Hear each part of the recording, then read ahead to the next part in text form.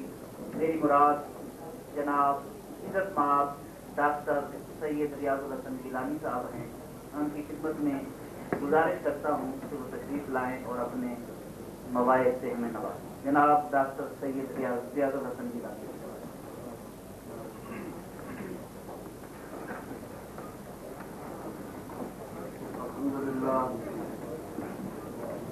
الحمد لله الذي جعلنا أمة التوحيد وجعل ديننا دين التوحيد وسياستنا سياسة التوحيد وأعز من استقاموا منا على التوحيد وأذل من انحرف عن حجة التوحيد والصلاة والسلام على خاتم أنبيائه ورسله وصحبته من كل خلقه الذي بعثه بتوحيد الألوهية والربوبية وعلى آلہ وصحابہ اجمعین، اما بعد۔